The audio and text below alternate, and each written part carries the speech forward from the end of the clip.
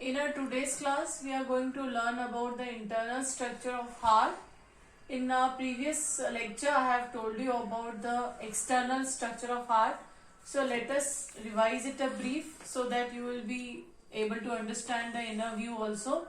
So I have told you that our heart is four-chambered. The upper two chambers are known as auricles and the lower two chambers are known as ventricles. I have already labeled them as the left and the right side. The left side of the heart deals with oxygenated blood and the right side deals with deoxygenated blood. The auricle and the ventricle of the respective sides are having a connection through the valve. See, the right auricle and the right ventricle are connected by a tricuspid valve, and left auricle and left ventricle are connected by bicuspid valve. The heart is made up of cardiac muscles. Now, the upper two chambers or auricles, since they receive the blood, so they are less muscular as compared to ventricles. Now when you compare the left ventricle and the right ventricle, the left ventricle is the thickest chamber. The reason is that it has to pump the oxygenated blood to all the body parts. That is why it needs more muscle so that more pressure could be created, so that every part of your body can receive the blood through aorta. That is why the left ventricle is the thickest chamber. This much we have already discussed. Now let us have a look on the inner side. Now it is formed of cardiac muscles. That is, the heart has the complete framework of special muscles which are cardiac muscles. Now the special muscles also have a nodal tissue. There are special patches which is known as a nodal tissue. Now in the right auricle chamber, you can see on the right side or the upper right corner, there is a SA node. This is a special tissue. The expanded form is sinoatrial node.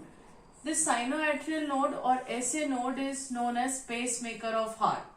As we will proceed in the lecture today, what is pacemaker, how it works, I'll tell you.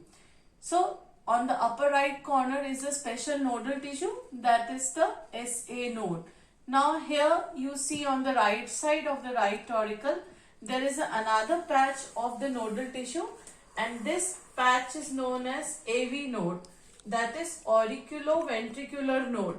Now from the AV node you can see these two bundles are arising. See, and the bundle is dividing into two parts, that is the right side and the left side. These two bundles are ventricular bundles. The right side ventricular bundle is known as right ventricular bundle and the left side is known as the left ventricular bundle. These bundles are further giving out these fibers. See, these are the thin fibers, you can see. These thin fibers are known as Purkinje fibers. So there is a complete network of nodal tissue on the inner side of the heart. The ventricular bundle, that is right ventricular bundle and the left ventricular bundle, together with Purkinje fiber is known as bundle of His, HIS. Okay, now let us see that why this SA node is called pacemaker of heart and what is the significance of this part.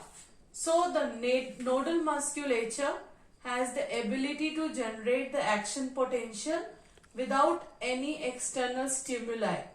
That is, it is auto-excitable. The SA node can generate 70 to 75 times action potential per minute. 70 to 75 action potential per minute. Okay, that means your heart beats around 70 to 75 times. We have generally learned in our junior classes also that all your sensory organs require the external stimuli to function. Say for example, your skin can sense the stimuli of hot, cold, your eyes can sense the colors, your nose can sense the smell. But here for heart, for working of heart, there is no requirement of the external stimuli. The heart generates its own stimulus and that stimulus is known as action potential, and that action potential is generated by sinoatrial node. That is why sinoatrial node is known as pacemaker of heart. Right? Now from here, that action potential moves to AV node. From AV node, it further reaches the ventricular bundle and then the Purkinje fibers, and this action potential results in the contraction and relaxation of the different heart chambers that we are going to study as we will proceed in the lecture. So this is very important, sinoatrial node, that is pacemaker. Now whenever an individual undergoes the bypass surgery, when the individual is suffer from heart attack, then under that condition the artificial pacemaker is inserted in the heart of the individual. That artificial pacemaker does the same work which this sinoatrial node does.